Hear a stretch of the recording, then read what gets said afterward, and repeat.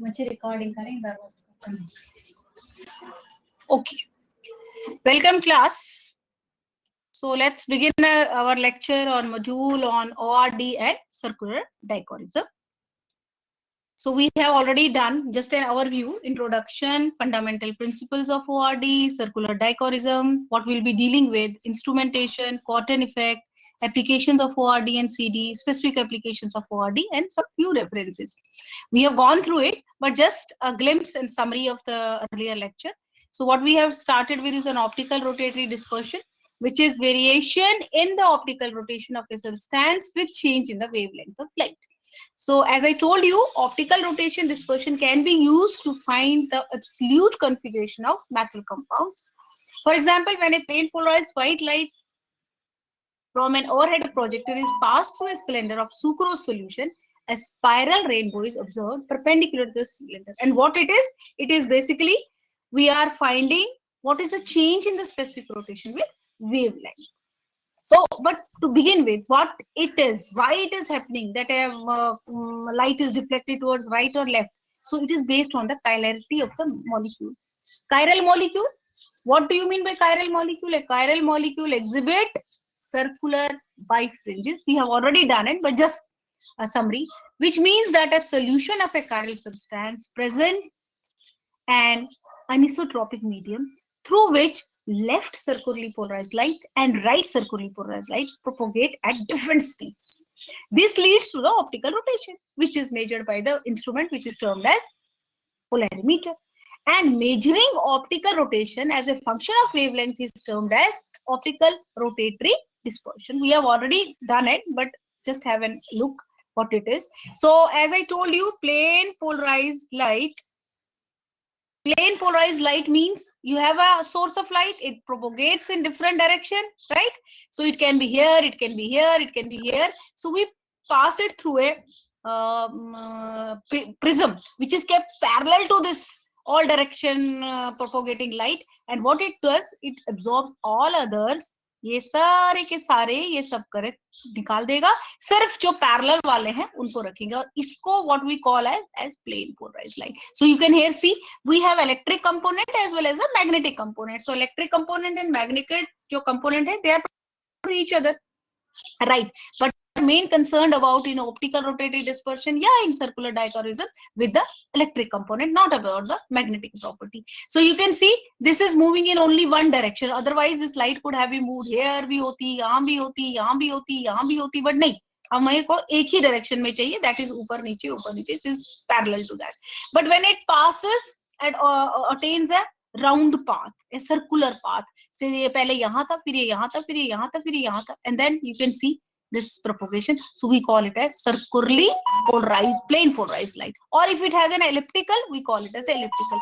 This circular plane polarized light जो है, it is a mixture of, you can say, this circular polarized light will be having right circularly polarized light and left circularly polarized light. When it comes out, you can say this plane polarized light is a combination of RCPL and LCPL. Already you know, because we are making use of this. Now when a compound is optical active, you can see this is E and this is one direction towards left and another is right. So ये इसका resultant है बीच वाला. तो क्या हो जाता है, थोड़ा सा जब ये सोल्यूशन में से पास कर रहा है, तो पास करने के बाद क्या होगा, ये दो का मिक्सचर है, इसका और इसका, जब इसको सोल्यूशन से हम पास करेंगे तो क्या होगी, एक की स्पीड थोड़ी सी कम हो गई, जिसको हम ऑप्टिकल एक्टिविटी बोलते हैं. क्या होगा, अगर मॉलिक्यूल कायरल है, वो क्या करता है, उसकी स्पीड थोड़ी सी कम होगी तो एंगल थोड़ा सा डिफ्लेक्शन हो गया. तो आप देख सकते हो यहां से ये यहाँ हो गया, यहाँ से यहाँ. नाउ लुक हियर, तो हम देख रहे जो ये लाइट है, ये थोड़ी सी डिफ्लेक्टेड आएगी, और इस प्रॉपर्टी को हम बोलते हैं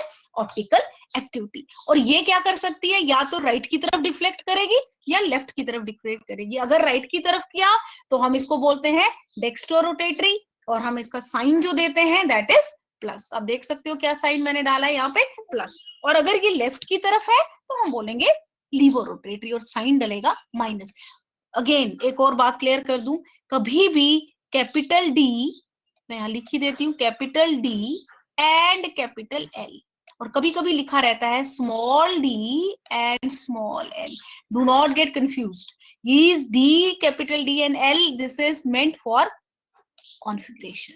किसी भी कंपाउंड की configuration, and this small d and small l, this is your optical rotation. If it is plus, we call it d, that is plus, and sign is plus, and here it is minus, right? So dextrorotatory and levorotatory, it is a property of the compound. When we chiral compound, when this plane polarized light is passes on that optical this chiral solution, so what the property does it at? It tries to deflect light towards either right or towards left. So if it is towards right, तो हम इसको बोलेंगे dextrorotatory. If it is towards left, we हम इसको बोलेंगे levorotatory. So अगर ये plane polarized light को ये property आ सकती है, तो हम इसको बोलते हैं optical rotation. ठीक है? अब आप देख सकते हो, जो मैंने आपको बोला, जो plane polarized light है, वो किसका combination हो सकता है? Right circularly polarized light और left circularly polarized light. ये देखो, ये light different directions में propagate कर रही है. ये light जो है, ये different directions में propagate कर रही है. देखिए लाइट जो है डिफरेंट डायरेक्शंस में प्रोपोगेट कर रही है. मैंने इसको प्रिज्म में से पास किया, अब ये एक ही डायरेक्शन में है, और ये बाहर जो निकल के आ रही है, ये ऐसे ऐसे करके निकल के आ रही है. लेकिन हम इसको कह सकते हैं या तो ये ऐसे मूव करेगी या ये ऐसे मूव करेगी. Means plane polarised which is in only one direction is sum of both left circularly polarised light and right circularly polarised light. ठीक है, ये ऑलरेडी हम कर चुके हैं, बट फिर भी इसको समझने के लिए हमें चाहिए. अब क्यों जो ऑप्टिकली एक्टिव कंपाउंड्स कौन से होते हैं, किनका हम कैसे कह सकते हैं कि हर कोई कंपाउंड नहीं कर रहा है, कोई एक कंपाउंड की प्रॉपर्टी है वो राइट की तरफ जा रहा है या वो लेफ्ट की तरफ जा रहा है. So what is reason behind that? तो कोई तो रीजन रहेगा. तो क्या बोला, जो कंपाउंड्स एनेंटियोमर्स होते हैं. लुक एट हियर, आप देख सकते हो यहाँ पर कंपाउंड्स देख सकते हो, हाथ बनाए हुए हैं मैंने, दोनों एक हाथ बनाए हुए हैं, और ये देखो यहाँ पे मैंने लिखा है आर, कोई कोई इसके साथ सब्स्टिट्यूशन जोड़ी है, ये COH है, और इसका ही एकदम अपोजिट मिरर इमेज ऐसा. But these mirror images are non superimposable. जहां पर इस H को होना चाहिए, ये H इधर चला गया. मतलब आप देखो, ये थंब यहाँ था, ये थंब यहाँ चला गया. जस्ट लाइक आप मिरर में अपने आप को देखो, सेम चीज है, सेम फिंगर्स है, सेम थंब है, everything is same, but it is in the opposite way. So if they are non superimposable, हम उनको एनेंटियोमर्स कहते हैं, और वही ऑप्टिकल एक्टिव होते हैं. लेकिन कौन से ऐसे कंपाउंड है जो ऑप्टिकली एक्टिव होंगे? वो भी तो एक कंडीशन है. तो कायरल कंपाउंड्स हैं जिनमें प्लेन ऑफ सिमेट्री नहीं होगी, जिनमें सेंटर ऑफ सिमेट्री नहीं होगी, या alternate rotation, reflection, action of symmetry और एन इम्प्रॉपर एक्सिस नहीं होगा, वही कंपाउंड जो है वो अकायरल होंगे, वो ये ऑप्टिकल एक्टिविटी शो नहीं करेंगे.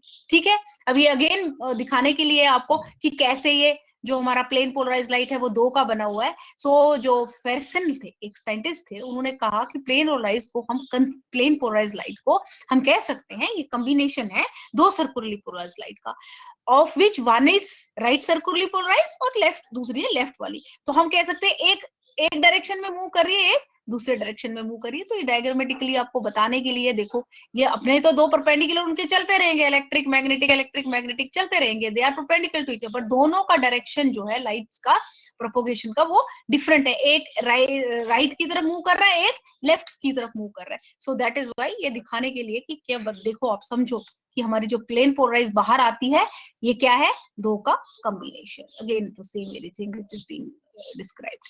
फिर आप देख सकते हो ये प्रॉपर्टी रिफ्रैक्टिव इंडेक्स की वजह से है. So again the same very thing, it has been exhibited how it changes. देखो डिफ्लेक्शन कैसे ये अपना पाथ चेंज कर सकती है. ठीक है, फिर क्वेश्चन आया, मैंने आपको जब ORD स्टार्ट करा है तो मैंने बोला है change of optical with wavelength, है ना. लेकिन जो ये ऑप्टिकल रोटेशन है, it is to be notified as specific rotation. तो यू कैन आस्क मी कि ये डिफरेंस क्या होगा. है तो आप तो वहां ऑप्टिकल रोटेशन बोल रहे हो, यहाँ पर स्पेसिफिक रोटेशन बोल रहे हैं. सेम चीज, वही ऑप्टिकल रोटेशन, वही डिफ्लेक्शन, जो हमें एंगल दिख रहा है. एक प्लेन पोलराइज लाइट आई, सोल्यूशन से पास हो गई, और वो थोड़ी डिफ्लेक्ट होगी राइट की तरफ, या वो थोड़ी डिफ्लेक्ट होगी लेफ्ट की तरफ. तो मैंने वो जो डायग्रामेटिकली बताया बीच में आपको कि एक एंगल बन रहा है, तो एंगल जो बन रहा है, that angle is termed as optical rotation. लेकिन अगर वही एंगल को हम एक्सप्रेस करें कैसे, it is defined as observed angle of optical rotation, जिसको हम डेजिग्नेट करते हैं अल्फा से, when plane polarized light is passed through a sample with a path length of 1 decimeter and a sample concentration of 1 gram per millimeter. ध्यान से, वही optical rotation, लेकिन कहां से पास करना है, जिस सैंपल से पास करना है उसका पाथ लेंथ क्या होना चाहिए, 1 सेंटीमीटर डेसीमीटर, और जो सैंपल कंसंट्रेशन है वो 1 ग्राम पर मिलीलीटर, राइट। तो आप देख सकते हो यहाँ पर क्या है, ये अल्फा, यहाँ पे मैंने टी लिखा है, यहाँ पे लैम्डा लिखा है। टी इज कौन से फैक्टर्स पे डिपेंड करेगा, डेफिनेटली टेम्परेचर पे डिपेंड करेगा, और लैम्डा मींस कौन सी वेवलेंथ है, और ये अल्फा क्या है, इस अल्फा और इस अल्फा में अंतर है। This is specific rotation and this is not specific rotation. ये वाला जो है ये स्पेसिफिक रोटेशन नहीं है, ये वाला जो एंगल है ये स्पेसिफिक रोटेशन नहीं है, ऑप्टिकल रोटेशन है और ये स्पेसिफिक रोटेशन है। ये इसकी लेंथ है एज यूजुअल, और हम कहते हैं alpha is angle of rotation in degree, path length is in decimeters, d is the density of liquid in gram 100 ml, और t हमारा टेम्परेचर है। और हमने अब नोट करना है स्पेसिफिक रोटेशन का change in with respect to wavelength. अब किन किन फैक्टर्स पे डिपेंड करेगा, nature of the substance, length of the column, concentration of the solution, temperature of the solution, nature of the solvent, हम कौन सा सॉल्वेंट लेते हैं, and wavelength of light use. जब हम इसको एक्सप्रेस करते हैं यहाँ पर, जैसे ये मैंने लिखा है अल्फा, अल्फा और ये लैम्डा और टी लिखा है, यहाँ मेंशन करना पड़ता है अल्फा डी, डी ज्यादातर लेते हैं बिकॉज हम सोडियम लैंप लेते हैं, तो हम डी लिखते हैं यहाँ पे alpha D, and generally specific rotation को बोलते हैं अल्फा डी कितना है, नॉर्मल वे में, कन्वेंशनल वे में अल्फा डी, डी का मतलब होता है वेवलेंथ। और टेम्परेचर तो हम रूम टेम्परेचर को ही कंसीडर करते हैं, बट साथ में हमें लिखना पड़ता है कंसंट्रेशन क्या है और सॉल्वेंट क्या है, क्योंकि सॉल्वेंट भी एक कंपाउंड है, उसका अपना भी तो कुछ हो सकता है स्पेसिफिक रोटेशन, ठीक है। ये मतलब उसके लिए हमें स्पेसिफिक रोटेशन देखनी पड़ेगी। चलो ये हमने देख चुके हैं, ये तो जस्ट एक्सप्रेशन है, ओके। अब उसके बाद हमने जो शुरू किया था वो था सर्कुलर डाइकोरिज्म। एक मिनट में पुरानी स्लाइड में चलती हूँ। ऑप्टिकल रोटेशन तो हमें क्लियर हो गई, क्लियर हो गया, that is optical rotation with change of optical rotation with wavelength, ठीक है। अब दूसरा एक फिनोमिना है जिसको हम सर्कुलर डाइकोरिज्म कहते हैं, थोड़ा सा मैंने इसका आपको पीछे वाले लेक्चर में बताया भी था। इन दोनों में जोनों का जब हम कॉम्बिनेशन करते हैं तो हमारे पास एक इफेक्ट निकल के आता है जिसको हम कॉटन इफेक्ट कहते हैं। तो वो कॉटन इफेक्ट को समझने के लिए हमें सर्कुलर डाइकोरिज्म भी समझना जरूरी है। सर्कुलर डाइकोरिज्म और में थोड़ा सा ही डिफरेंस है। क्या डिफरेंस है, वही प्लेन पोलराइज लाइट, वही उसका orbit, everything, but circular polarise light, ये जो सर्कुलर डाइकोरिज्म है, इसमें क्या देखना है हमने, कितनी एब्जॉर्प्शन हुई, कितनी एब्जॉर्प्शन हुई, उसमें क्या देख रहे हैं, कितनी डिफ्लेक्शन हुई, कितने एंगल से हुई, बट हमने कोई लाइट डाली, वो लाइट जो है कितनी एब्जॉर्ब हुई, that is our circular, right?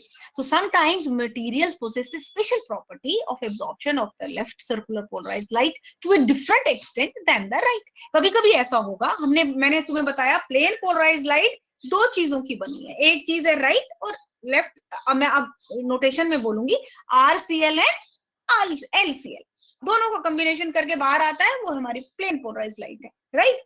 अब क्या हो जाता है, किसी किसी मटेरियल की ये प्रॉपर्टी है, स्पेशली हम जिन भी मटेरियल्स की बात कर रहे हैं, जैसे जो कायरल मटेरियल्स हैं, प्रोटीन्स हैं, जनरली उसी में ये फिनोमेना ऑब्जर्व होता है। तो क्या हो जाता है, उसकी एक प्रॉपर्टी हो जाती है, वो कहता है कि ये जो दो का मिक्सचर करके मेरे पास आ रही है, पर मैं उसमें से एक को ज्यादा एब्जॉर्ब कर पा रहा हूँ और एक को कम। अब जब ये बाहर आएगी तो ये तो सिंगल नहीं होगी। मैंने बोला प्लेन पोलराइज दो हिस्सों की बनी है, लेफ्ट एंड राइट, और जब ये बाहर आती है इट्स रिजल्टेंट ऑफ टू, दोनों मिक्स करके तो हमें एक सिंगल लाइन दिख रही है ना। लेकिन हुआ क्या, जब ये अंदर गई, एक तो ज्यादा एब्जॉर्ब हो गया, एक कम हो गया, तो जो बाहर आएगी उसमें डिफरेंस होगा, वो पूरी की पूरी नहीं होगी, उसमें सर्कुलर की इंटेंसिटी कम है, राइट वाले की कम है, लेफ्ट वाले की ज्यादा है, so that difference is there. And when component emerges out, there is an imbalance in their strength and resultant two will not be linearly polarized but elliptically polarized. अब क्या है, जो होना था वो चेंज हो गया, वो इलिप्टिकल बन गया। इलिप्टिकल जानते हो कैसा होता है, थोड़ा सा ओवल थोड़ा सा सर्कुलर के फिनोमिना में रहता है, उसको फिर हम बोलते हैं सर्कुलर डाइकोरिज्म। इसका लेकिन हम जो इंसान है उसको जब ये फिनोमिना पता चला, उसने इसका फायदा उठा लिया और इसकी एप्लीकेशन कर ली। अच्छा अगर ऐसा हो सकता है, हम इसका कैसा यूज कर सकते हैं। तो देखो ये है तुम्हारा कंपोनेंट EL, ये तुम्हारा कंपोनेंट है ER, ये इसका दोनों का रिजल्टेंट है। तो ये रिजल्टेंट क्या है, sum of EL plus ER, right. अब हुआ क्या, हमने इसको पास करवाया, किसी सोल्यूशन से पास करवाया, तो हुआ क्या, थोड़ा सा देखो, एक की एब्जॉर्प्शन ज्यादा होगी, एक की एब्जॉर्प्शन कम होगी। ये रिजल्टेंट देख रहे हो, रेड वाला जो है वो रिजल्टेंट है, यहाँ पे रेड देखो ये भी रिजल्टेंट है। तो क्या हुआ, ये थोड़ा सा डिफ्लेक्ट सा हो गया, क्योंकि अब जो बाहर बन के आ रहा है वो हमारा प्लेन पोलराइज लाइट बाहर नहीं आ रही। अब क्या हो गया, तो दोनों की इंटेंसिटी में फर्क आ गया। किस एंगल से आ गया, दैट इज अल्फा। हम फिर बाद में साइन भी देखेंगे। अब ये resultant again EL plus ER का है, but it is not exact EL plus ER, क्योंकि एक की लाइट। और ये पाथ देख रहे हो, पाथ देख रहे हो, ये पहले सर्कुलर था, फिर ये सर्कुलर था, अब ये पाथ कैसा हो गया, देखिए। ये मेरा थोड़ा काम नहीं कर रहा माउस, मैं आपसे ही कर रही हूँ, बट ये देखो, ये जो है एलिप्टिकल बन गया, राइट। तो ये एलिप्टिकल पाथ है, दिख रही है, ये जो ऐसा ऐसा वाला पाथ है, ये जो पाथ है, दिस इज एलिप्टिकल पाथ। ठीक हो गया। सो ये ऐसे करके बाहर आता है, ठीक है। अब हम इसको थोड़ा अनकन्वेंशनल वे में समझे।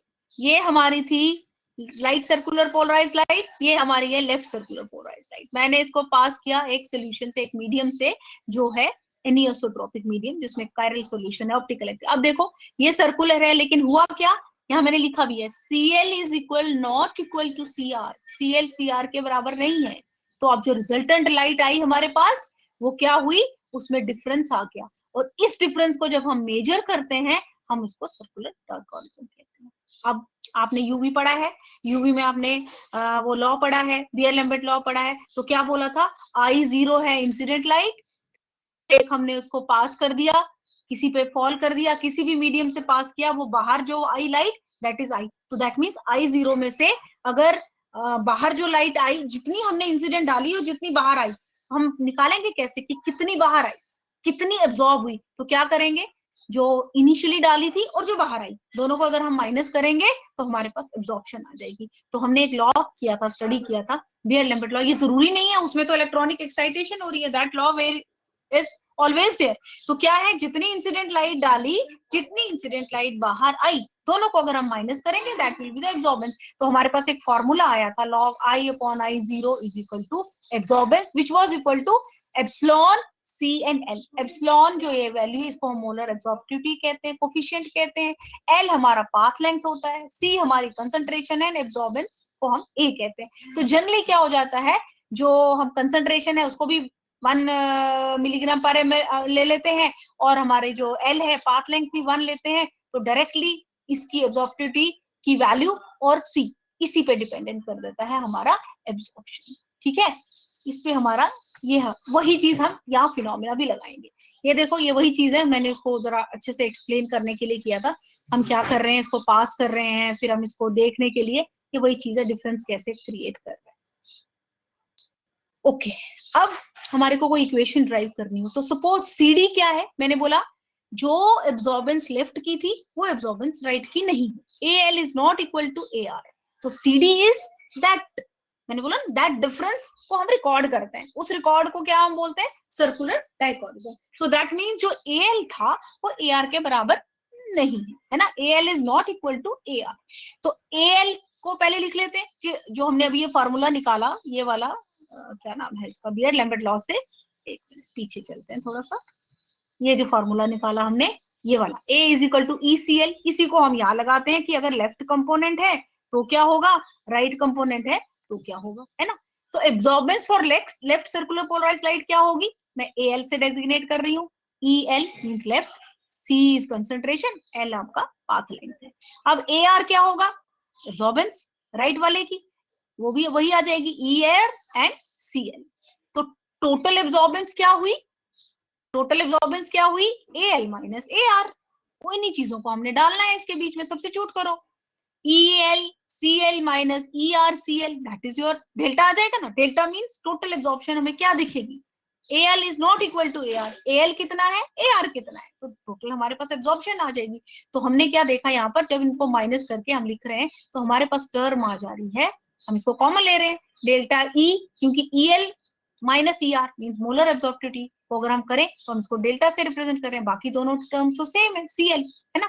So this is for unit concentration and path length.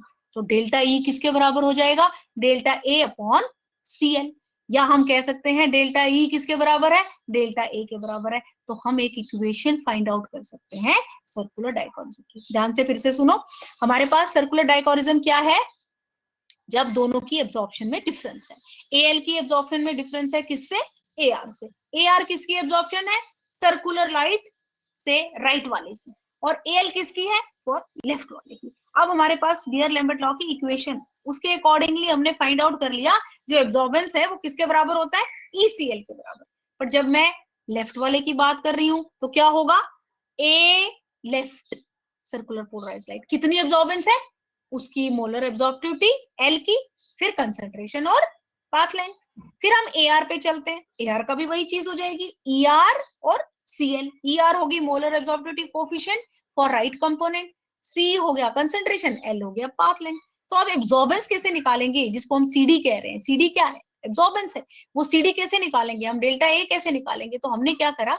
EL CL minus ER CL करा। ठीक है, अब ईएल को तुम, ईएल और ईआर को जब हम लिखते हैं EL R minus ER, that becomes delta E. किसी भी चीज को ऐसे करने के लिए मैथमेटिकली हम उसको डेल्टा ई लिखेंगे। सो डेल्टा ई किसके बराबर हो गया? ईएल, हमने उसको कॉमन लिख लिया डेल्टा ई, बाकी तो सी एंड एल तो कंसंट्रेशन एंड एल है। तो हम देख रहे हैं डेल्टा ए जो है, एब्जॉर्बेंस जो है वो क्या है, नेट चेंज जो है वो क्या है? वो डेल्टा ई और सीएल के बराबर है। अब हम कोशिश करके देखा जाए तो डेल्टा ई किसके बराबर होगा? डेल्टा ए अपॉन सीएल, या हम कह सकते हैं डेल्टा ई डेल्टा ए के बराबर है जब हमारे पास सी भी 1 है और एल भी 1 है। इसी को हम मेजर करते हैं और हम बोलते हैं इसको सर्कुलर डाइकोरिज्म, और ये स्पेशल कर्व देता है हमें इसमें प्रोटीन्स। यही चीज फिर हमने डायग्रामेटिकली एक्सप्लेन करी, दिखाने के लिए कि प्रोटीन्स में कैसा। जनरली जो सर्कुलर डाइकोरिज्म है ये प्रोटीन्स में बहुत अच्छे से ऑब्जर्व होता है। मैं अभी इसमें एक पीक दिखाऊंगी तो और तुम्हें समझ आ जाएगी। ये हमने क्या किया? फोटोन ऑफ लाइट लिए। फिर हमने क्या देखा? वो आर और एल का बना है, मतलब left circularly polarised light and right circularly polarised light. फिर इसको डाला ऑप्टिकली एक्टिव सॉल्यूशन में। अब हमने देखा हमें सीडी सिग्नल मिला। तो क्या सीडी सिग्नल था? कि preferentially absorption of right hand polarisation. ये ग्रीन है और ये रेड है। रेड किससे है? डोनेट कर रहा है आर को, ग्रीन किसे डोनेट कर रहा है? लेफ्ट को। तो हुआ क्या, आप देख रहे हो एल तो ज्यादा दिख रहा है और आर कम दिख रहा है। इसका मतलब प्रेफरेंशियल एब्जॉर्बेंस उस पर्टिकुलर ऑप्टिकली एक्टिव सैंपल से प्रोटीन है उसकी ज्यादा है ना। तो अब आप देख के आओगे बाहर तो देखोगे एक की कम वैल्यू, एक की ज्यादा। तो अब मैंने एब्जॉर्बेंस निकालनी है तो मैं क्या देख रही हूँ? A L minus A R, और हमारे पास डेल्टा ए। ये जो एब्जॉर्बेंस है इसी को हम सर्कुलर डाइकोरिज्म बोलते हैं, है ना। इसी को हम सर्कुलर डाइकोरिज्म बोलते हैं। ये हमारा रिकॉर्ड हो जाता है। मैं अगली स्लाइड दिखाऊंगी जिसमें आप तुम देखोगे प्रोटीन्स में कैसे होता है। ये देखो, ये स्लाइड दिख रही है बड़े अच्छे से। एक को ग्रीन से रिप्रेजेंट किया है, एक हमने रेड से रिप्रेजेंट किया हुआ है, और एक हमने इससे ब्लैक से रिप्रेजेंट किया है। ठीक है, प्रोटीन आपको मैंने इससे पीछे जब सेल ट्रांसपोर्ट और ये वाले लेक्चर्स कराए थे आपके बायोफिजिकल में हमने कराया है, तो हमने वहां पर करा था। हमने सेल का स्ट्रक्चर पढ़ा, फिर हमने प्रोटीन का स्ट्रक्चर पढ़ा। तो प्रोटीन के स्ट्रक्चर में आपको मैंने बताया एक अल्फा प्राइमरी स्ट्रक्चर होता, फिर एक सेकेंडरी स्ट्रक्चर था। तो I told you there is alpha helix और बीटा हेलिक्स। अल्फा हेलिक्स है ना जो अपने आप में फोल्ड हो जाता है, और बीटा है लूप जैसा जो बनाते हैं, बीटा प्लेटेड होते हैं, सामने दो के बीच में जो प्लेट बन जाती है, और जैसे कि नॉर्मल प्लीट्स होती हैं वैसे बन जाती हैं, और वो होता है hydrogen bonding between NH and CO के साथ। खैर, प्रोटीन के स्ट्रक्चर में हमारे पास अल्फा हेलिक्स भी होता है और बीटा हेलिक्स भी होता है। अब हम जब किसी प्रोटीन का देख रहे हैं, जैसे इंसुलिन का है, तो हमने उसको देखा तो अल्फा हेलिक्स की चेन को हम रिप्रेजेंट कर रहे हैं। हम उसको ये ब्लू वाले से, जब उसका हमने CD रिकॉर्ड किया तो हमें ये ऐसे ग्राफ ऑब्जर्व हुआ, राइट, देख रहे हो। फिर हमने देखा उसका बीटा, मतलब फिर एक सोल्यूशन देखा उसका, तो बीटा प्लेट दिखी हमें। बीटा प्लेट की देखो अलग से डिफरेंस आ गई। तो क्या है, इस प्रोटीन की प्रेफरेंशियल है, प्रेफरेंशियल थी कि CD में ऑब्जर्वेशन कैसे है, क्या राइट वाले को ले रहा है, क्या वो लेफ्ट वाले को ले रहा है ना। ये तीनों हमने यहाँ पर रिप्रेजेंट करके बताए, तो तीनों का साइन है। तो हम ये बता सकते हैं अगर अल्फा हेलिक्स किसी प्रोटीन का होगा तो उसकी CD कर्व वैसे आएगी, बीटा है तो ऐसे आएगी, है ना। ये हमें, और ये है रैंडम कॉइल, जो नॉर्मल कॉइल होती है वो ऐसा है। हमने क्या किया, प्रोटीन सॉल्यूशन लिया। अब हमें नहीं पता उसका अल्फा हेलिक्स स्ट्रक्चर था कि बीटा हेलिक्स स्ट्रक्चर है, तो वी रिकॉर्डेड CD। हमने उसमें से ये फोटोन ऑफ लाइट को पास कर दिया। जब फोटोन ऑफ लाइट पास होगी तो हमने देखा अगर अल्फा हेलिक्स है तो उसकी एब्जॉर्प्शन इस तरीके से हो रही है, और हमें ये वाली कर्व मिल रही है, ये वाला सिग्नल मिल रहा है ना। राइट। और अगर बीटा प्लेटेड है तो हमें ये रेड वाला जो है वो मिल रहा है। और अगर रैंडम कॉइल है, मतलब ना अल्फा प्लेस है, नॉर्मल पूलिंग सी हो रखी है, तो स्ट्रक्चर ये है, तो क्या हम प्रोटीन का स्ट्रक्चर, सेकेंडरी स्ट्रक्चर नहीं फाइंड आउट कर सकते? हम बिल्कुल प्रोटीन का सेकेंडरी स्ट्रक्चर भी फाइंड आउट कर पाते हैं। ठीक है, प्रोटीन का सेकेंडरी स्ट्रक्चर हमने सिर्फ क्या करना है, हमने सिर्फ देखना है उसकी सीडी। तो जो सर्कुलर डाइकोरिज्म है, इसका जो मेन एप्लीकेशन है वो, क्योंकि protein is a huge structure, आप ऑलरेडी जान चुके हो, प्रोटीन बहुत बड़ा मॉलिक्यूल होता है, इतने ज्यादा उसमें अमीनो एसिड जुड़े होते हैं, लॉन्ग चेन पॉलीपेप्टाइड्स को हम प्रोटीन कहते हैं। और वो प्राइमरी स्ट्रक्चर सिर्फ पहले हमें ये बताता है अमीनो एसिड्स कैसे, सेकेंडरी स्ट्रक्चर बताता है वो अरेंज कैसी है, अल्फा हेलिक्स में, बीटा में, टर्शरी बताता है, फिर अनदर, मैंने आपको एक डायग्रामेटिकली भी बताया था कि टेलीफोन होता है, उसके साथ कॉर्ड लगी होती है, वैसे करके। So anyway, leave that, but just to tell you, because a huge 3 dimensional structure, it's a difficult. तो एक को डिस्टिंग्विश करने के लिए कि इसमें अल्फा हेलिक्स ज्यादा है कि बीटा प्लेट है, कैसे एग्जिस्ट कर रहा है, उसके लिए हम उसका सीडी ऑब्जर्व करते हैं। और वेरी वेरी ट्रिमेंडस इसकी जो इंपॉर्टेंस है वो इसमें है, सर्कुलर डाइकोरिज्म, प्रोटीन, प्रोटीन को स्टडी करने के लिए जो बेस्ट तरीका होता है उसका स्ट्रक्चर, उसमें हम सर्कुलर डाइकोरिज्म करते हैं। अल्फा हेलिक्स की सीडी भी देखते हैं, बीटा की भी देखते हैं, और रैंडम कॉइल की भी देखते हैं, तो हमें पता चल जाता है अब सर्कुलर डाइकोरिज्म क्या है। ऐसे ही ये बड़ी अच्छी एक एग्जांपल है, ये मैंने कहीं से ढूंढ ढांड के देखी है, अल्फा हेलो कीटोन रूल जिसको हम बोलते हैं। ज्यादातर जब भी हम सीडी वगैरह स्टडी करते हैं, मैंने बोला एग्जांपल जैसे प्रोटीन है, ये इसकी एप्लीकेशन ही है।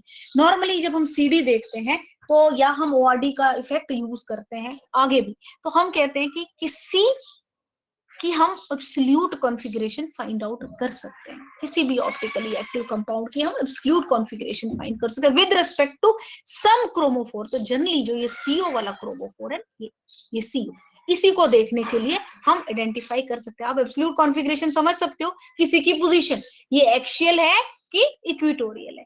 तो जो ये अल्फा है, इनका भी हमने सीडी देख लिया। अब आपको क्या सोचना है, जैसे अभी मैंने आपको प्रोटीन में बताया, हमने सीडी ऑब्जर्व करा, क्या ऑब्जर्व करा हमने सीडी में, हमने देखा अल्फा हेलिक्स की कर्व कैसी आ रही है और बीटा की कैसे आ रही है। फिर हमने सपोज, हमारे को ऑलरेडी मालूम है, हम अननोन सैंपल ले रहे हैं, तो हमें पता चल जाएगा क्या है। ऐसे ही क्या किया, अल्फा हेलोकीटोन्स हैं जो हमारे पास, एक्सियल हेलोकीटोन्स हैं, एक्सियल है तो कर्व कैसे आएगी, और इक्वेटोरियल है तो कर्व कैसे आएगा। अब ये एक्सियल इक्वेटोरियल, जो जानते हो 6, क्या है ये, 6 मेंबर्ड कंपाउंड है ना, साइक्लोहेक्सेन, वो कभी भी एग्जिस्ट नहीं करता है ऐसे, वो या तो बोट फॉर्म होती है या चेयर फॉर्म होती है। पुराने टॉपिक्स हैं, सेकेंड ईयर में पढ़े हुए हैं, तुमने सेकेंड सेमेस्टर में पढ़े हुए हैं, स्टीरियो केमिस्ट्री है, बट फिर भी बता दे रही हूँ, या तो बोट फॉर्म में एग्जिस्ट करते हैं या चेयर फॉर्म में एग्जिस्ट करते हैं। लेकिन बोट फॉर्म स्टेबल नहीं होता है, बिकॉज उसमें 1,3 डाइपोलर एक्सियल इंटरेक्शंस रहती हैं। अब जो स्टेबल फॉर्म होती है वो चेयर फॉर्म होती है। अब इसके ऊपर कोई सब्स्टिट्यूएंट जुड़ा होता है ना, वो सब्स्टिट्यूएंट ये देखो नीचे है, तो हम इसको एक्सियल बोलते हैं, ये बिलो द प्लेन है, साइड में दिख रहा है, तो हम इसको इक्वेटोरियल बोलते हैं। अब अगर हमें ये पता करना हो कि हमारे कंपाउंड में, बाद में जो हमारा इसका एक्सटेंशन है सीडी और ओआरडी का, उसमें एक रूल आता है जिसको हम ऑक्टेन रूल, उसमें ये इसको अच्छे से हम कोऑर्डिनेट्स में डिवाइड करके फाइंड आउट कर सकते हैं कि हमारा जो ग्रुप जुड़ा है वो सीओ के बगल में एक्सियल है कि इक्वेटोरियल है। वही चीज यहाँ पर भी हम स्टडी कर पाए, बट ऑक्टेन रूल से और ज्यादा अच्छे से हम एब्सोल्यूट कॉन्फ़िगरेशन को पता कर सकते हैं, ये लेफ्ट में है या। अब अगर ये एक्सियल है तो हम सीडी ऑब्जर्व करेंगे, अगर ये इक्वेटोरियल है तो सीडी ऑब्जर्व करेंगे। दोनों में अगर अंतर आ रहा है, कैसा अंतर है, हमें ऑलरेडी पता है ये एक्सियल है तो ऐसी कर्व आएगी, और अगर ये है क्या कहते हैं इक्वेटोरियल है तो ऐसी ऐसी कर्व आएगी, राइट। तो हम एब्सोल्यूट कॉन्फ़िगरेशन फाइंड आउट करने के लिए हम इस चीज का इस्तेमाल, इसका इस्तेमाल बेसिकली जब हम कॉटन इफेक्ट करते हैं, मैं इसलिए इसमें यहाँ पे ज्यादा एम्फेसिस, तक आप कॉटन इफेक्ट को नहीं समझोगे, आपको ये समझ नहीं आएगी ये प्लस कर्व और माइनस कर्व का क्या मीनिंग है। तो ये प्लस कर्व और माइनस कर्व का मीनिंग आपको तभी आएगा जब हम कॉटन इफेक्ट को समझेंगे। बट चलो, एक अंडरस्टैंडिंग करने के लिए कि हम एब्सोल्युटली फाइंड आउट कर सकते हैं एक्स हमारा जो है वो कैसा है, ये हेलोजन है, ये halogen x is a halogen, ये कैसा है, ये इसकी ये कौन से वाले को ये क्या प्लस इफेक्ट देगा, क्या ये माइनस इफेक्ट देगा, तो क्या हम देख पाएंगे कि ये इक्वेटोरियल है कि एक्सियल है। अगर नेगेटिव है तो कुछ और कर्व आएगी, अगर पॉजिटिव है तो कुछ और कर्व आएगी, राइट। तो ये हमें थोड़ा बहुत आइडिया लग जाता है सर्कुलर डाइकोरिज्म का। इसको पहले छोड़ देते हैं, इंस्ट्रूमेंट बाद में करेंगे, हम करेंगे कॉटन इफेक्ट। चलो, लेकिन बिफोर दैट अगेन हम सर्कुलर डाइकोरिज्म कर रहे हैं। सर्कुलर डाइकोरिज्म में और ऑप्टिकल रोटेटरी डिस्पर्शन का फर्क जानो। सर्कुलर डाइकोरिज्म और ऑप्टिकल रोटेटरी डिस्पर्शन में ये फर्क है, ऑलरेडी हम कर चुके थे, इसलिए मैं थोड़ा जल्दी भी बताया। ओआरडी का मतलब होता है change of specific rotation with wavelength, right. वो वेवलेंथ जैसे जैसे बढ़ रही है, क्या ऑप्टिकल रोटेशन में कोई चेंज आ रहा है, वो देखते हैं, उसको हम ऑप्टिकल रोटेटरी डिस्पर्शन बोलते हैं।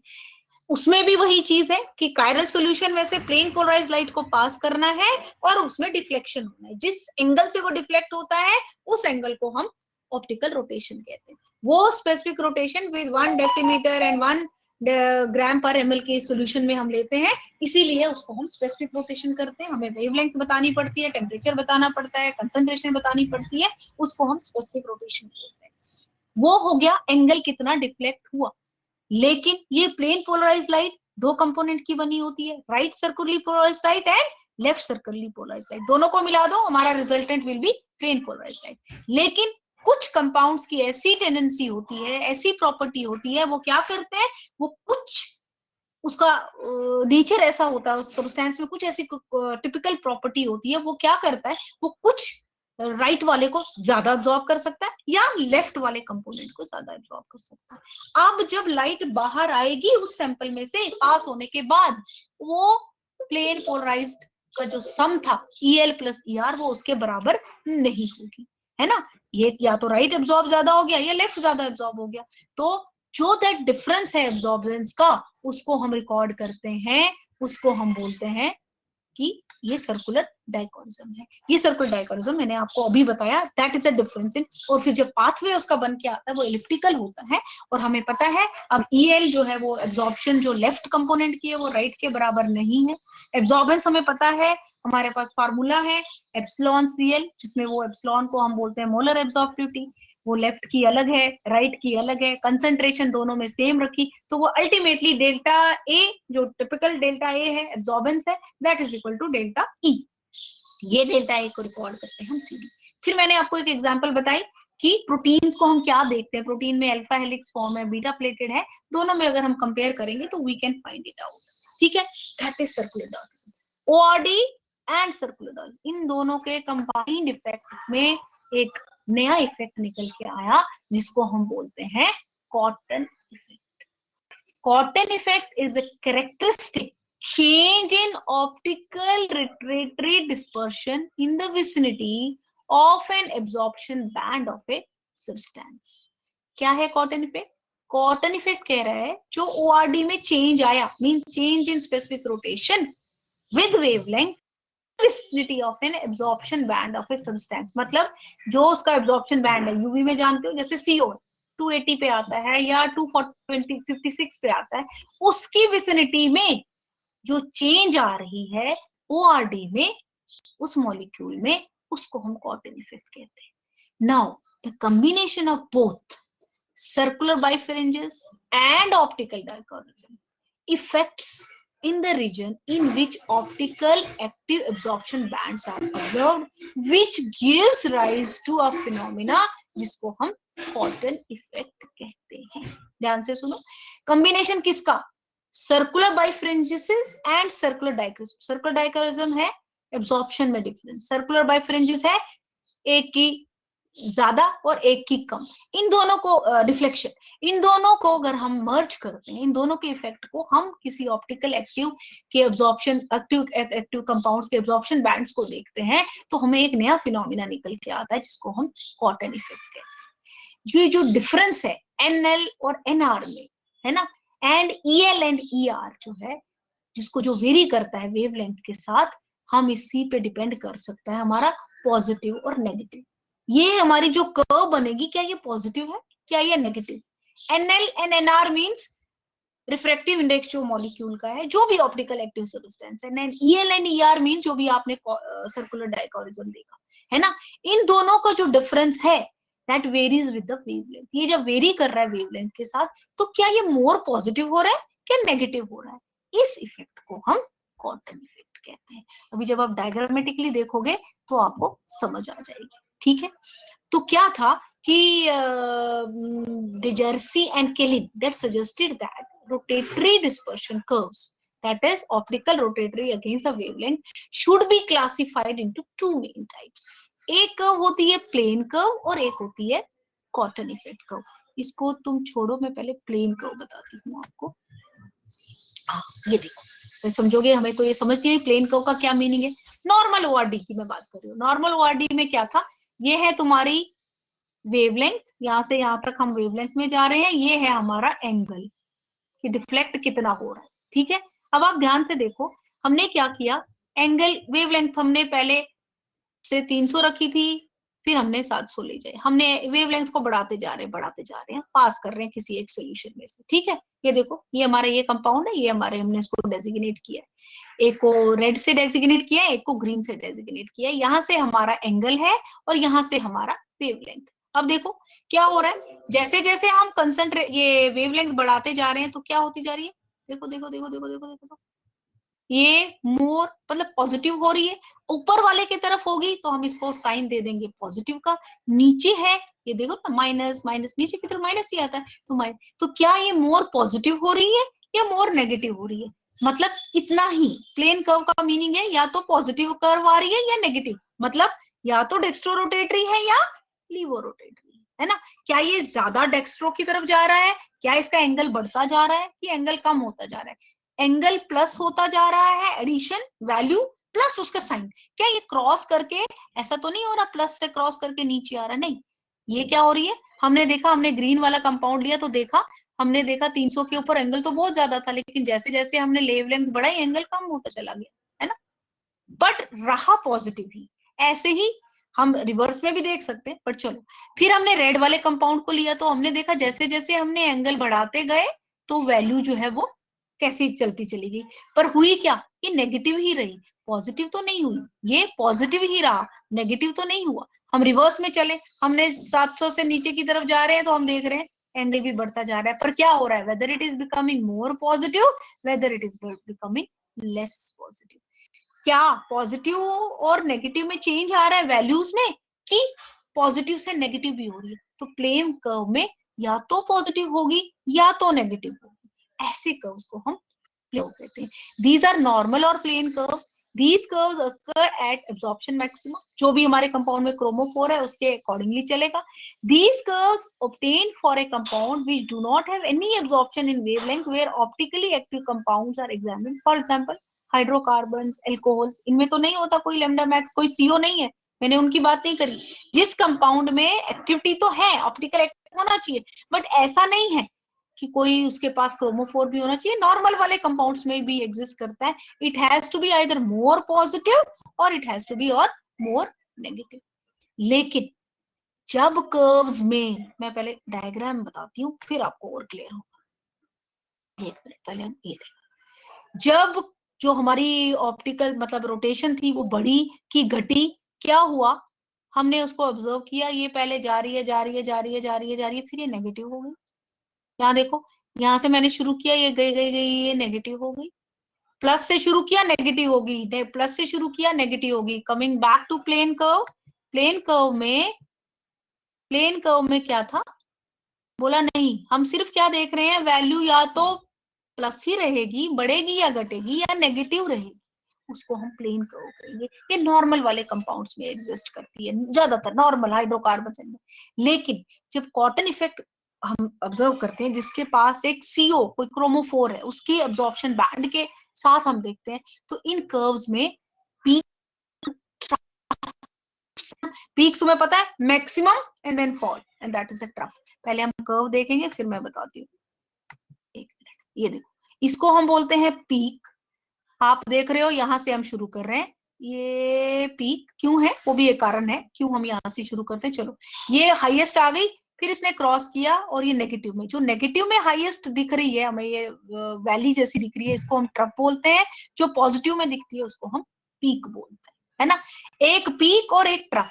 तो जो कॉटन इफेक्ट है वो ये बताता है कि ये कर्व और प्लेन नहीं है, ये कर्व क्या है, ये या तो प्लेन कर्व का मतलब होता है या तो प्लस है या माइनस है, लेकिन जो कॉटन इफेक्ट है वो ये नहीं बताता है। उसके साथ एक एसिमेट्रिक सेंटर तो होना चाहिए, साथ में एक क्रोमोफोर भी होना चाहिए। फिर वो क्या है, वो ये दिखाता है ये प्लस से माइनस भी हुई क्या, पर कर्व को हम प्लस बोलेंगे या माइनस बोलेंगे वो डिपेंड करेगा उसकी साइन पे, वो भी समझाती हूँ कैसे। फिर कॉटन इफेक्ट को जब हमने ऑब्जर्व किया, उसने कहा कॉम्बिनेशन किया मैंने किसका, ओआरडीबी और इसकी एब्जॉर्बेंस को भी देख लिया हमने। तो हम देख रहे हैं या तो पीक की वैल्यू प्लस, हम बोलते हैं प्लस आ रही है या माइनस आ रही है, लेकिन कैसे, मगर इस कर्व में क्या होना चाहिए, पीक भी होनी चाहिए और ट्रफ भी होनी चाहिए। वो पीक और ट्रफ किस पे डिपेंड करेगी, क्योंकि मैक्सिमम एब्जॉर्प्शन किस पे डिपेंड करेगी, हमारे क्रोमोफोर के ऊपर। That is why Cotton effect में हमें सीओ कोई ग्रुप ऐसा चाहिए। नॉर्मली अभी आपने देखा हाइड्रोकार्बन देखा या अल्कोहल देखा, उसमें ऐसी वाली चीज नहीं थी। अब इनको हमने दो में डिवाइड किया, एक को हम बोलते हैं सिंगल कॉटन इफेक्ट का और दूसरे को बोलते हैं मल्टीपल कॉटन इफेक्ट, है ना। अब ये क्या चीज है, thus these single cotton curves will show both maxima and minima curves at maximum absorption from lower wavelength towards the cotton effect region. It if crest or the peak passes first through it and then trough, it is called plus, and if the same manner it happens in opposite way, we call it as minus. अब समझो क्या बताना चाह रही थी मैं, ये यहां से हम शुरू कर रहे हैं, हमने देखना है मैक्सिमम पीक कहाँ को आ रही है और ट्रफ कहाँ को आ रहा है। जब हम पीक से शुरू कर रहे हैं तो पीक पहली चीज का मैक्सिमम एब्जॉर्प्शन कहाँ, यहां से देखो आप लोअर से हायर में जाओ, मैक्सिमम एब्जॉर्प्शन कहाँ आ रहा है, यहाँ आ रहा है हाईएस्ट वेवलेंथ पे। तो क्या दिख रहा है, प्लस में दिख रहा है, पीक दिख रही है, राइट, हम इसको बोलेंगे plus. Then it is trough, यहाँ क्या है, कुछ दिख रहा है, हम यहाँ से शुरू कर रहे हैं। मैक्सिमम एब्जॉर्प्शन कहाँ है, यहाँ पे भी देखो मैक्सिमम एब्जॉर्प्शन यहाँ है, राइट, से मैंने यहाँ बोला 300 है या 800 है 900 वेवलेंथ है, ठीक। यहाँ से भी हम देख रहे हैं मैक्सिमम एब्जॉर्प्शन कहाँ है, लेकिन हमें नेगेटिव में दिख रही है। यहाँ कहाँ दिख रही है, पॉजिटिव, ऊपर वाला पॉजिटिव, नीचे वाला, ये तो थीटा है, हमारा एंगल है ओआरडी का, स्पेसिफिक रोटेशन का एंगल है। ये हमारी वेवलेंथ है, ये हमने लिखी है 240 और ये हमारी 250, राइट। अब देखो हम 250 से नीचे की तरफ जा रहे हैं, कहाँ, इधर की तरफ 200 की तरफ जा रहे हैं। तो क्या देख रहे हैं, मैक्सिमम एब्जॉर्प्शन कहाँ है, ये देखो 250 पे, मगर ऑब्जर्व कहाँ हो रही है, पीक कहाँ आ रही है हमारी, प्लस वाले साइड, जहां पे 0 1 2 3 प्लस है। तो हम इसको बोलेंगे plus cotton effect, plus plus curve है तो कॉटन इफेक्ट, पर सिंगल कॉटन इफेक्ट है और प्लस आ रही है।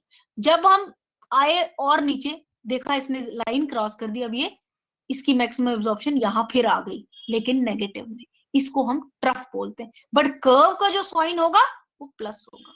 चलो अब हम इधर को चलते हैं, फिर से हमने वही देखा 250 और 200 के बीच में, ठीक। तो मैक्सिमम एब्जॉर्प्शन कहाँ आ रही है, देखो यहाँ आ रही है, कहाँ है, नेगेटिव वाले पार्ट में। तो नेगेटिव वाले पार्ट में जो ऑब्जर्व होती है मैक्सिमम एब्जॉर्प्शन, उसको हम बोलते हैं ट्रफ, और पॉजिटिव वाले पार्ट में जो ऑब्जर्व होती है उसको बोलते हैं पीक। तो we have to see whether peak और trough is observed at plus वाला पार्ट और माइनस वाला पार्ट। अगर हमारे को पहले पीक मिली तो हम बोलेंगे प्लस, अगर हमें ट्रफ मिला तो बोलेंगे माइनस। फिर से सुन लो, पहले पीक कहाँ ऑब्जर्व होती है, प्लस में, प्लस में मैक्सिमम एब्जॉर्प्शन प्लस वाले पार्ट में, और ट्रफ कहाँ ऑब्जर्व होता है, मैक्सिमम एब्जॉर्प्शन नेगेटिव वाले में। तो now we have to see the sign. तो हम क्या करते हैं, हम देखते हैं कि पीक कहाँ ऑब्जर्व हो रही है। हमने शुरू किया 250 से, हम बैक की तरफ गए, हायर से लोअर की तरफ गए, क्योंकि मैक्सिमम एब्जॉर्प्शन तो हायर वेवलेंथ पे हो रही है। तो 250 पे हमने देखा पीक आ रही है, मगर पीक का मतलब ही हुआ प्लस आ रहा है, तो साइन क्या हो जाएगा कर्व का, प्लस। ऐसे ही हम ट्रफ की बात करें तो हमने देखा यहाँ जो दूसरी वाली कर्व आ रही है उसमें ट्रफ पहले आ रहा है, मतलब वो नेगेटिव वाला एब्जॉर्प्शन आ रहा है, नेगेटिव वाले पार्ट में आ रहा है, तो हमारी कर्व का साइन जो हो जाएगा नेगेटिव हो जाएगा। सो कॉटन इफेक्ट सिंपल जो प्लेन कर्व होती है, that's a simple optical rotatory dispersion, means change of wavelength with change of optical rotation with wavelength. लेकिन जो कॉटन इफेक्ट है सिंगल कॉटन, इसके लिए कंडीशन क्या जरूरी है, आपके पास क्रोमोफोर होना चाहिए।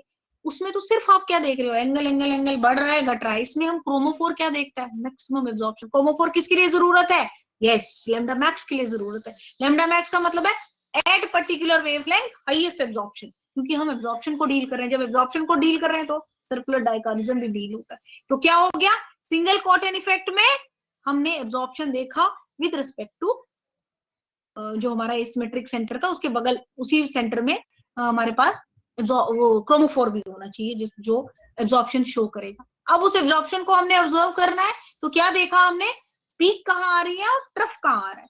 पीक आ रहा है तो मतलब वो प्लस, ट्रफ पहले आ रहा है तो मतलब वो नेगेटिव होगा, तो हमारे पास सिंगल कॉटन इफेक्ट हो जाएगा। उसके बाद हमारे पास आता है मल्टीपल कॉटन इफेक्ट। अब तो नाम से ही समझ आ गई होगी तुम्हें, सिंगल कॉटन इफेक्ट का मतलब हुआ एक ही पीक आई प्लस, एक ट्रफ आया मतलब माइनस, लेकिन मल्टीपल का मतलब है वो जीरो लाइन को है वो एक या दो या तीन या चार बार क्रॉस कर रही है। तो आप देख सकते हो पहले क्या हुआ, मैं चलो इसकी साइन बोलूंगी, है ना, तो क्या आ गया, पहले यहाँ पीक आई, फिर इसने क्रॉस करा, फिर इसका ट्रफ आया, फिर इसका फिर पीक आया, फिर इसका फिर ट्रफ आया, इससे कोई लेना देना नहीं है, मगर क्योंकि हमने पहले देखना है पीक आई या ट्रफ आया पहले, तो क्या आ रहा है, पीक आ रहा है, तो हम बोलेंगे प्लस सी। अब यहाँ चलते हैं तो क्या हो गया, यहाँ माइनस, फिर ये मैक्सिमम एब्जॉर्प्शन के लिए फिर पीक आ गई, फिर ट्रफ हो गया, फिर पीक आ गई, लेकिन साइन उस कर्व का माइनस ही रहेगा क्योंकि पहले हमें ट्रफ ऑब्जर्व हुआ है। ठीक है, स्लाइटली डिफरेंट है सिंगल से, इसमें दो ट्रस्ट भी हो सकती हैं, मल्टीपल का मतलब ही होता ज्यादा, है ना, मल्टीपल का मतलब है एक से ज्यादा। अब हमें नॉर्मली हमने कहा कि एक ही चीज होगी, या तो भैया एब्जॉर्प्शन मैक्सिमम होगा प्लस वाले में या इधर होगा, प्लस में हुआ तो हमने उसको पीक कह दिया, माइनस में हो तो हमने उसको ट्रफ कह दिया, एक ट्रफ एक पीक, एक ट्रफ एक पीक, है ना। लेकिन क्या हुआ, ट्रफ और पीक आता कब है, जब ये प्लस से जाते जाते जीरो लाइन क्रॉस करेगी तो माइनस में जाएगी, माइनस से शुरू किया जीरो लाइन क्रॉस करी तो प्लस आ गया। लेकिन जब हम मल्टीपल कॉटन इफेक्ट की बात करते हैं तो उधर क्या हो जाता है, ये पहले हमने यहाँ से शुरू किया, हमारे को पीक ऑब्जर्व की, अब हम क्या साइन दें भाई, हमें समझ नहीं आ रहा है, क्योंकि ये नीचे आई, इसका यहाँ भी पीक आ गया, फिर ये फिर यहाँ आ गया, हम किसको माने, इसको माने इसको माने, मगर हमने मानना क्या है, हमें पीक ऑब्जर्व हो रही है पहले कि हमें ट्रफ ऑब्जर्व हो रहा है, तो हमें यहाँ पीक ऑब्जर्व हो रही है, मतलब ये जीरो लाइन को दो बार काट रहा है, तीन बार काट रहा है, मोर देन वन काट रहा है, तो हम मल्टीपल कॉटन इफेक्ट कहेंगे। लेकिन जो साइन होगा वो प्लस या माइनस किस पे डिपेंड करेगा, पीक कहाँ आ रही है, पीक प्लस है या पीक ये ट्रफ आ रहा है, पहले पीक आ रही है कि पहले ट्रफ आ रहा है, और इसको हम मल्टीपल कॉटन इफेक्ट कहते हैं। To revise again it, let me start again here, फिर से तुम्हें समझ नहीं आएगी। कॉटन इफेक्ट से पहले ये सिंपल ओआरडी कर्व है, सिंपल ओआरडी कर्व में हम क्या देखते हैं, angle theta, deflection, specific rotation, wavelength के साथ मोर पॉजिटिव हो रही है या मोर नेगेटिव हो रही है, इसके लिए हमें कोई क्रोमोफोर के होने की जरूरत नहीं है, इट्स अ प्लेन कर्व, ये कॉटन इफेक्ट का पार्ट नहीं है। कॉटन इफेक्ट तभी आता है जब हमारे पास क्रोमोफोर है, ये सिंपल कर्व है, इट इज मोर पॉजिटिव और मोर नेगेटिव। क्या हुआ, मैंने यहां से मैं चल रही हूँ हाईएस्ट वेवलेंथ से जा रही हूँ मैं लो की तरफ, तो देखा मैंने क्या ये मोर पॉजिटिव होती जा रही है, यस यस यस हाईएस्ट अभी, फिर मैंने यहां से देखा ये मोर नेगेटिव तो नहीं होती जा रही, अगर मेरा कंपाउंड मोर नेगेटिव हो रहा है, नेगेटिव ही हो रहा है, जीरो लाइन क्रॉस नहीं करेंगे तो मैं बोलूंगी नेगेटिव ओआरडी है, यहाँ मैंने बोला पॉजिटिव ओआरडी कर्व, ठीक है, ये तो प्लेन कर्व होगी। लेकिन जब हम कॉटन इफेक्ट पे आते हैं तो वो क्या कहता है कि हमारे पास क्या होना चाहिए, this curve will be obtain for the compounds which are having asymmetric carbon and chromophores which absorbs near UV region, chromophore के बिना नहीं हम कॉटन इफेक्ट को ऑब्जर्व कर सकते, and these are again divided into two types, single Cotton effect and multiple. अब समझने की बात है, इनमें होना क्या चाहिए, they have high peaks and troughs which depend upon the absorbing group. अगर हमारे कंपाउंड में सपोज ब्यूटाडाइन हो तो ब्यूटाडाइन का तो वैल्यू 227 पे आएगी, अगर सीओ है तो 280 पे जाएगी, दैट डिपेंड्स अपॉन तुम्हारे पास क्रोमोफोर क्या है। तो सिंगल कॉटन इफेक्ट कहता है these single cotton curves will show both maximum and minimum curves at maximum absorption from the longer wavelength towards the cotton effect region. If the crest passes through, then it one trough we call it as plus crest, मतलब हम peak भी बोल सकते हैं, और अगर ये opposite में होता है हम उसको माइनस बोलते हैं। ठीक है, ये मैंने डायग्रामेटिकली भी बता दिया, पहले पीक आ गई फिर ट्रफ आया, पहले ट्रफ आ गया फिर पीक आ गई, तो ये सिंगल कॉटन इफेक्ट हो गया। और उसके बाद मल्टीपल में ये जीरो लाइन को एक से दो बार क्रॉस कर सकता है, एक से ज्यादा बार क्रॉस कर सकता है, लेकिन साइन वही होगा, पहले पीक आ रही है कि पहले ट्रफ आ रहा है, और इसको हम बोलेंगे मल्टीपल कॉटन इफेक्ट। ठीक है, अब अगर आपको कोई कहे डिफरेंस, आई थिंक टाइम है अभी नहीं, अभी 1 ही मिनट रह गया, पर चलो फटाफट एक बार देख लेते हैं डिफरेंस क्या है ओआरडी एंड सीडी में। ओआरडी किस पे डिपेंड करता है, डिफ्लेक्शन पे। वो डिफ्लेक्शन किस पे डिपेंड करती है, रिफ्रैक्टिव इंडेक्सेस पे, जिसको मैंने बोला एनएल एंड एनआर। और सर्कुलर किस पे डिपेंड करता है, एब्जॉर्प्शन पे। ओआरडी स्पेक्ट्रा डिस्पर्सिव होता है, ये एब्जॉर्प्टिव, हमें एब्जॉर्प्शन दिखता है सीडी में। In ORD the circular polarised light is used and not converted to elliptical light, इसमें तो elliptical light हो जाती है। ORD graphs are obtained by plotting specific rotation versus wavelength. CD graphs are obtained by plotting molar ellipticity versus wavelength. ये हमारा इसका typical difference है, but main difference है एक में एब्जॉर्प्शन है, एक में डिफ्लेक्शन। ठीक है। Applications, determination of optical active substance such as amino acids, polypeptides, proteins, steroids, antibiotics, terpenes. Stereochemistry हम पता कर सकते हैं एलिफेटिक अमीनो एसिड्स की। चलो ये we'll be doing it in extensive in my next lecture, but to in glimpse, aliphatic amino acids show a unique Cotton effect. Alpha amino acid of LIVO configuration show a positive effect around 250 nanometer, while dextro enantiomer shows negative effect. ऐसे stereochemistry steroids की, it is in one form of specific rotation increases with decreasing wavelength आती है, and in other form specific rotation decreases with increasing wavelength negative curve आती है. So we will be discussing it in length, इसकी applications. So I hope it is clear. If you want to ask me any question, you can ask me, otherwise I'll wind up my lecture. Anybody wants to ask me any question? Ma'am जैसे yes ma'am, जैसे multiple quarter वो था effect, उसमें ma'am दो ज्यादा chromophore होंगे? नहीं, chromophore का मतलब नहीं है उसका, उसमें क्रोमोफोर से मतलब नहीं है। क्रोमोफोर तो एक भी हो, एक मिनट, उसका क्रोमोफोर से मतलब नहीं है। क्रोमोफोर तो एक रीजन है, हमें चाहिए, है ना, क्रोमोफोर की वजह से हम ऑब्जर्व करते हैं। बट ये उसकी कंपाउंड की कैपेसिटी है कि जब उसमें पास हो रहा था, एब्जॉर्प्शन आई, उसमें देखो ना एन पाई स्टार ट्रांजिशन भी हो सकती है, पाई पाई स्टार ट्रांजिशन भी हो सकती है, 2 लैम्डा मैक्स ऑब्जर्व हो रहे हैं। जब 2 लैम्डा मैक्स ऑब्जर्व हो रहे हैं तो ऐसा भी हो रहा है कि पहले यहाँ भी पीक आ रही है, यहाँ भी पीक आ रही है, बट जब वो क्रॉस कर रहा है तो उसकी पीक जो है ट्रफ भी आ रही है।